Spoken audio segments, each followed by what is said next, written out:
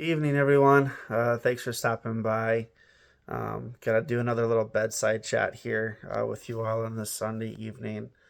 A little bit of a different topic, but still a relevant one here in the world of community development. Um, Now, this will be a little bit longer. I'll try and keep it as brief as I can, but there's a lot to say and a lot that I want to kind of talk out. So let's go ahead and get started. So first things first, reason I'm making this video not only because of the community development aspects of it all too, but I'm mourning. I'm sad. Um, I don't know how much of you are tuned into the world of professional hockey. I don't even know how many of you care about hockey. I'm gonna tell you a little bit why I do, but also why you should too. Not necessarily hockey, but sports in general. But that's what I want to talk about tonight. As you can see, I'm just head to midsection here. This is the uniform of the Arizona Coyotes, and that's what I want to talk about. Um, it was announced recently that they are leaving Arizona and they are being relocated to Salt Lake City. So they're going to be called Utah something. They haven't figured that part of it out yet. But they're leaving, and I am sad. I've been a fan of them for almost 20 years now.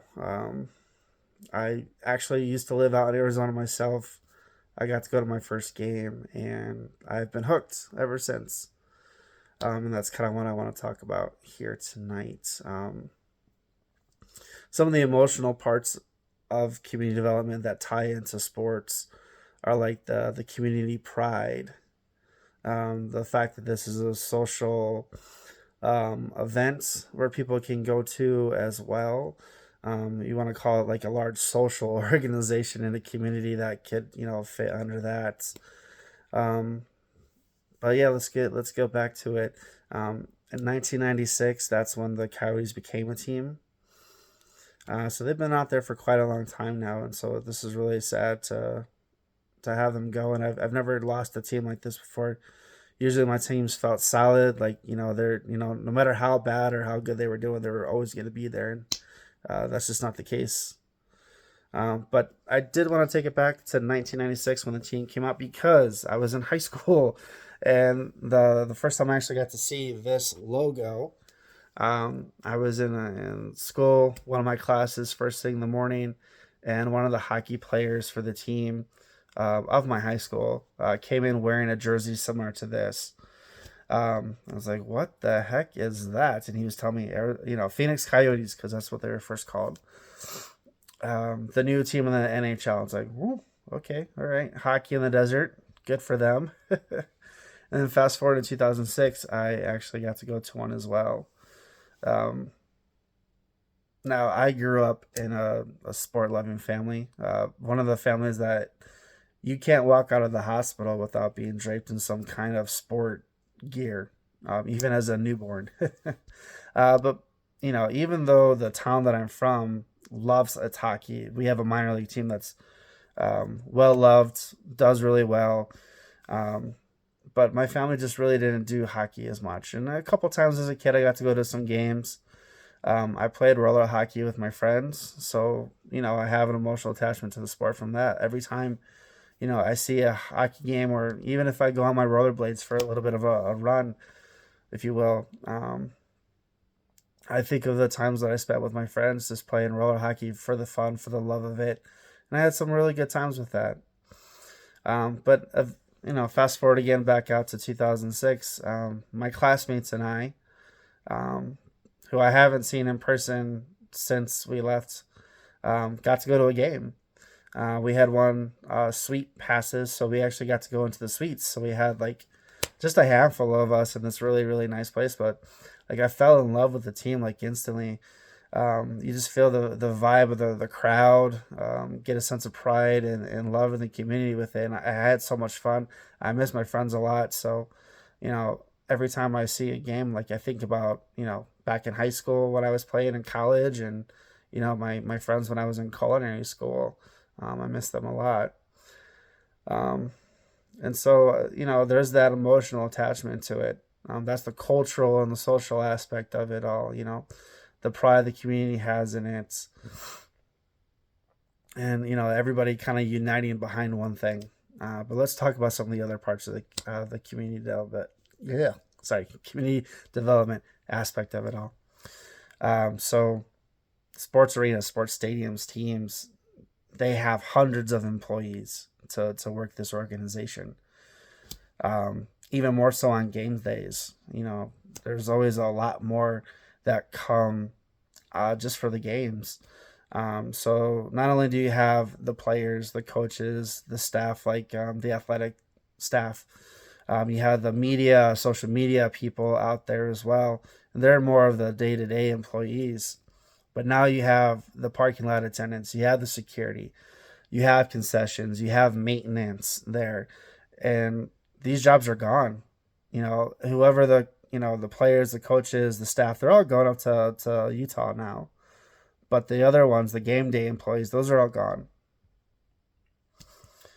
And so that's a loss for the community. Even though the season is only temporary, like it's maybe like or not 2/3, about a third of the year, maybe a half of the year.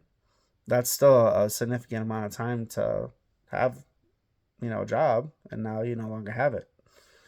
Um, there are also local organizations, nonprofits, and other businesses that have associations. They work with the team on initiatives in the community themselves. So now that's gone too. And there are there are other major sports teams in Arizona, but they have their own organizations too. I don't know how much overlap there is, but usually there's not much at all. Like one sports team will pick a handful of organizations to work with, and the others will pick others. So now that outlet is gone for them. And this one I can speak to from my own personal experience. I used to work for a major sports team. I used to work in the NFL, and I did some volunteer work in a minor league baseball arena too. Those concession stands that are open during the games, these people that are handing you your hot dog, they're handing you your pop, they're handing you your beer. These are usually volunteers.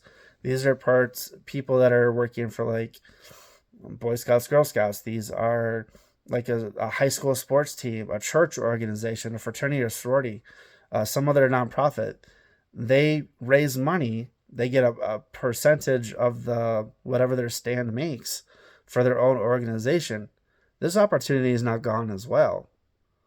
So they now have to, figure out, what other route can I go to raise money, because they might have been, relying on that.